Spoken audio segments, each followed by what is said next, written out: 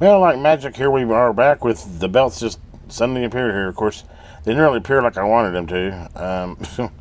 I tell you, it amazes me sometimes. When I went to order them, the flat belts, they had a 2mm wide, a 3mm, and a 4mm. And when I measured on the mic, it looked like it was a 3, but I thought, well, I'm going to go ahead and stock up on these belts when they're cheap enough. So I ordered the 2, the 3, and the 4. Guess what shows up? The 2 and the 4. And, of course, I've been through all these different sizes, and simple fact of this, the 2s are too thin and the 4s are too thick. It needs a 3. So good thing is the 8-track tape player used a 4. So I went ahead and here's the old belt. I went ahead and already put a new belt on there.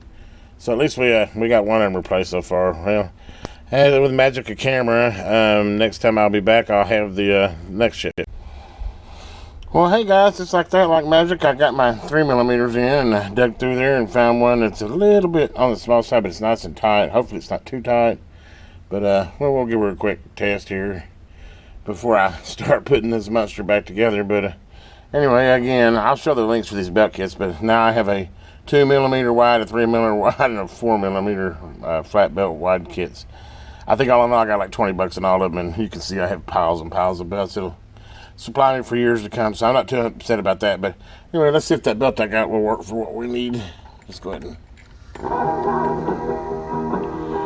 Oh yeah, no drag there. Sounding good, sounding good. And if I probably get copyrighted there, be careful. Okay, well, let me go ahead and start the process of putting her back together. Well, check it out, guys. The Yorx stereo is back up and complete. I'm really happy with how it turned out. I couldn't leave it alone. I ended up fixing everything on it, lining everything on it, tuning everything on it. You know, if you're in there, you might as well do it right, guys? Anyway, kind of give you a view of it. I mean, obviously you got your cassette player here, 8-track tape player here, got your clock here. This is an alarm clock type, or it's got a clock in you can set up for alarm for waking you up and stuff. Of course, it's got an auxiliary input, a tone control volume, and an AM/FM radio, and you got a dimmer high and low, which, by the way, everything works on this guy now. I'm going to go ahead and turn it around here. Don't pay attention to that right there. That's a little feature we'll get to. It's got a place for an external antenna. You got your external speakers here, and you got your phone auxiliary plug here. So, I mean, it's pretty simple. Nothing unusual here. We did kind of...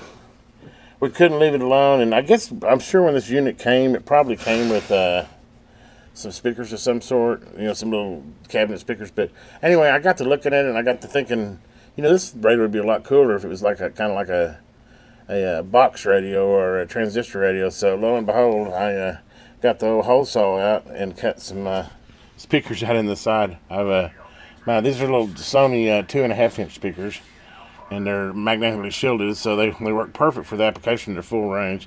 So I mounted one on this side, and I mounted one on this side. So now then, what you have is a full unit. And me, for wanting to use it on the bench, I didn't want to have speakers and all that. So this just made a lot more sense to add speakers, and I'm really tickled with the way the product came out. Let me go ahead and turn it on here. For the first time, actually. First thing here is we've got the FM radio going. To be attending it's plenty loud. I'm at a meeting after Brexit, which I'm not even at third volume. Priorities have changed, and unity has become much more important. Brexit seems like a small deal compared to the war going on in Europe right now. Yeah, it used to not have speakers built in, and now it's even got the capability. I wired it internally, so as you see, it still has the external speaker input. So technically, you could have quadraphonic, I guess. You could have some back speakers for it if you wanted to. So this is why blinking will be there. But anyway, there's the FM radio part of it. AM radio works. Of course, I'm out here in a still building, so don't expect a whole lot in it. But if I hook the external antenna, it does pretty good. But it's just like, and enter promo code Deloney to get your new mattress. There you go. Where are you working? Working from home. I work from my home.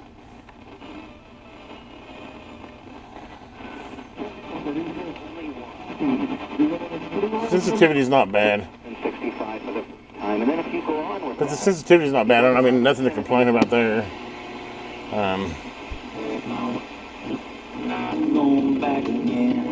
course, I don't want to get copyrighted here.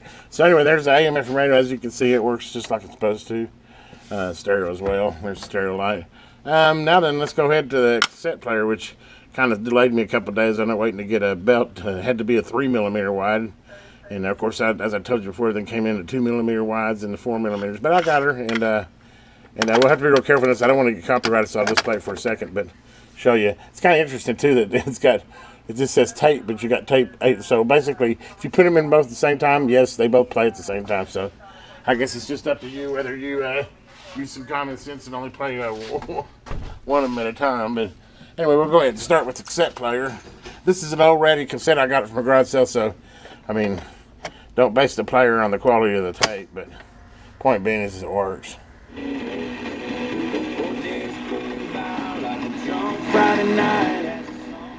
Oh, I got it on FM stereo. Hold on here. You gotta put it on tape first? Okay. Now then.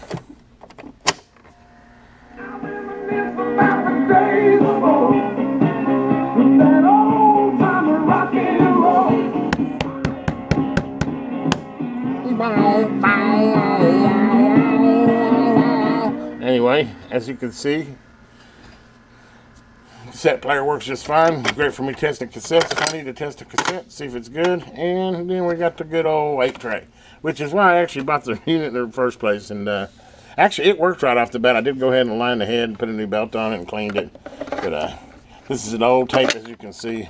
But everything works just like it's supposed to. Let me go ahead and plug her in here. Interesting thing with 8-tracks, they really are kind of a... Sounds really good, actually. I think 8-tracks have a better quality sound, actually, than cassettes, but that's probably why they become popular. But those gentle voices as you can see, all 4 channels.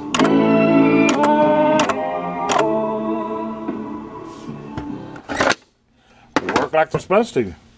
So pretty cool. The only thing I didn't mod, and I just kind of got wore out in it, I thought about putting some lights here. It didn't come with them, but I thought about putting some lights in the tuner. But I kind of got wore out. I thought, God, it's a bench thing. I've already added speakers to it. I've done a lot of extra stuff I didn't need to, so we kind of stopped there. But if I get a little motivation, maybe later, I don't know, I'll go back and add a couple LEDs in here and light this display. But like I said, it wasn't that way from the factory, so that would just be another addition, another Electron Man add-on. But I really think the speakers included in it was such a good idea. So now I have this neat little unit. I mean, really, it's kind of like a bad to the hill clock radio, if you think about it.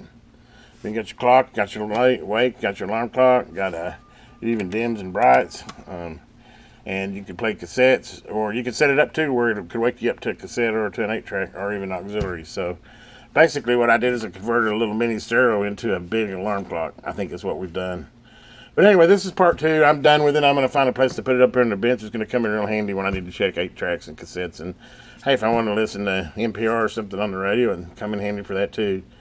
For the bargain price that I bought, I probably got about 3.5 hours worth of work in it, though. It wasn't easy. It was a really hard unit to take apart. Obviously, got a little bit of expense in buying the belts, and mainly labor. It was mainly labor. I probably, if you broke it down in actual cost of the belts, it was nothing, but I had to buy sets of belts. So let's say I got $20 in this whole conversion, because I bought these speakers off Parts Express on a closeout and got them really cheap for like $3 or $4 a piece. So I mean, actually under $20, and then, well, let's say it cost, let's say I got $25 in this, and I think it's a really cool clock radio, and it turned out clean. I don't know if you noticed, but it cleaned up really well. I'm surprised for the age of it, and it's probably been thrown around a lot, but it really, there's no major scratches or any bad looking pits or anything on it. No scratches, nothing. And like as I showed you, kind of drove through it. The whole thing works. So anyway, I don't know why it sounds like I'm trying to sell it. I'm really happy with it. I think it kind of turned out to be a cool little item that it wasn't originally intended for it to be. But hope you enjoyed this video. If you did, please give it a like, and if you haven't already, please subscribe to the channel. That helps me continue to bring videos like this to you. Guys, have a great day out there. This is Electron Man.